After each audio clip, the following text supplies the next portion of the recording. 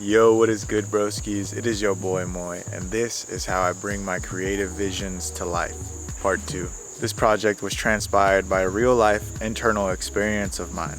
I wanted to be able to express everything that was going on inside of me. So if you've seen episode 1, you know exactly how I get all of my ideas.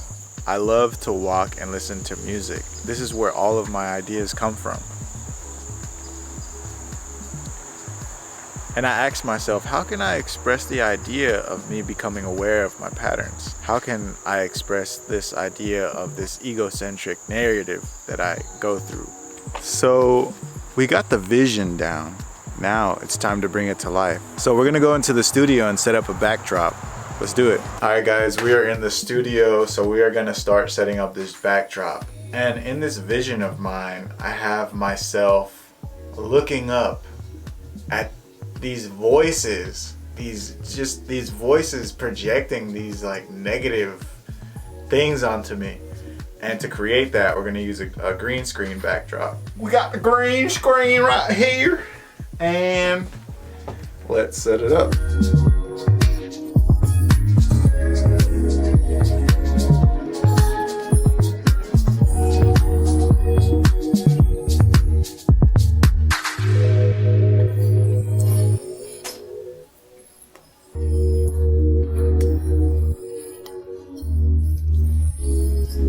As you can see, we got the green screen set up. There are some shadows, so we're gonna try to lighten up the space we got here to make sure we don't have any shadows in the background. So let's set up some lights. All right, my friend. We have 2 ring lights and we have 2 fluorescent umbrella lights. So yeah, we're gonna set up 2 umbrella lights right here and 2 ring lights right here. So. Alright, now that we have the lights set up, we can go ahead and start recording the actual vision. The first thing we're going to do is really set up the camera in a specific angle to where it looks like I'm on the bottom looking up. So let's try to set that up. So now that we have the bottom shot, we have to get the top shots where it looks like I'm looking down versus looking up. So let's try to create that shot now. All right, guys, so I set up the angle vertically for the actual looking down at myself, but like very negatively. I got a good amount of shots, so now we're gonna go into the studio mode over here and really start piecing these edits together through the green screen idea.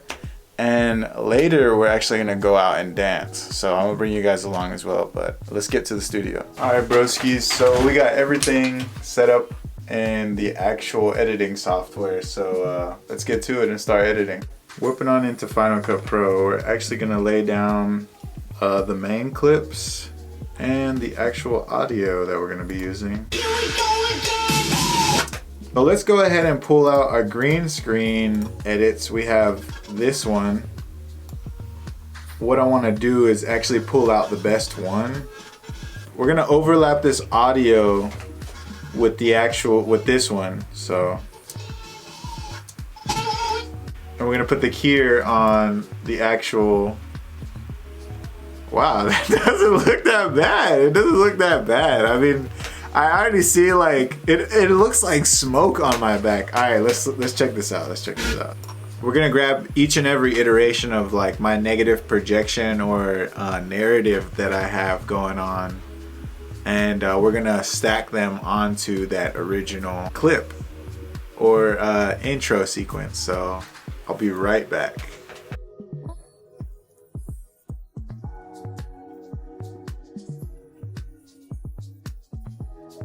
So basically I've been placing and chopping all of the expressions really. So far I have all of my heads on top of me just kind of saying stuff, and you got me on the bottom, and then there's my head right there. We're gonna transform this head over here. Basically just gonna keep on chopping and cutting all these expressions and just keep stacking and stacking. Emotions are very powerful, and like, well, not everybody, but in some cases emotions can control you if you allow them to. And I just noticed that, just started reacting emotionally. This automatic ego-based narrative would play in my head. It was like a tape. It's like the same tape, like literally the same tape. And I noticed that it was just like this pattern that every time I witnessed this specific emotion, it would play this exact same narrative. And that's what I really wanted to represent with the actual green screen edit, where I'm just acknowledging, like, here we go again, these voices, these narratives, very remarkable negative things, where it surprises me on a metacognition level, essentially drives my behavior. And that's something that I want to become more aware of, so that I can almost better grab the wheel of where my mind is headed and consciously create the life that I've always wanted. These automatic responses, they take a toll. I just had to express the idea of me like becoming aware of that pattern. It really kept me in the same place for a very long time. If I never became aware of that pattern, I would have never gotten out of my comfort zone. I would have never evolved emotionally. I would have never evolved mentally. That's really what transpired this whole kind of edit. The dancing part is really important, because like the only way to really get that emotion out of you per se is to express it. And there's many different ways to express emotion, through art, through work, through reading, through writing, whatever it may be. There are many ways to express emotion or yourself in general.